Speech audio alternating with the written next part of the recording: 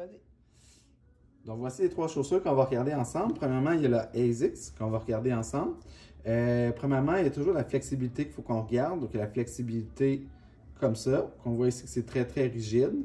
Celle-là, elle a un indice minimaliste de 10%.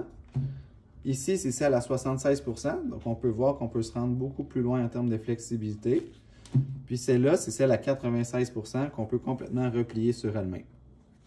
Ensuite de ça, il y a la flexibilité en torsion. Donc, il faut simplement retourner la chaussure comme ça. On peut voir qu'elle se retourne complètement sans résistance.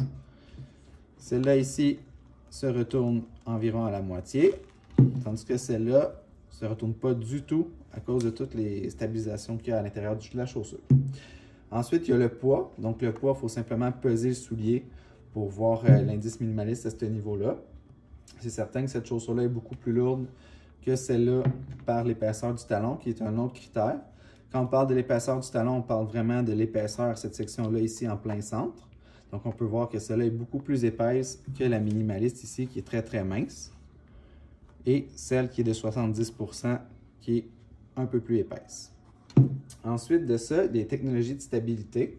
À chaque fois qu'il y a une technologie de stabilité, ça donne un point de plus. Donc, ça fait en sorte que la chaussure est davantage maximaliste que minimaliste. On peut voir ici que la stabilité au niveau calcanéen, il y a beaucoup d'épaisseur au niveau de la semelle.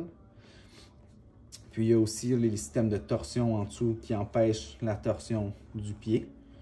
Tandis qu'au niveau de la 96%, il n'y a aucune technologie de stabilité.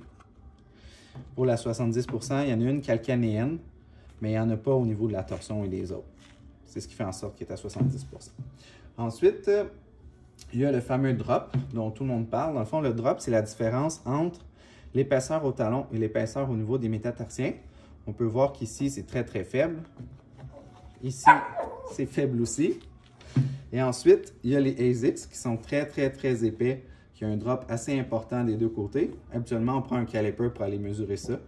Donc, c'est ce qui fait les indices minimalistes.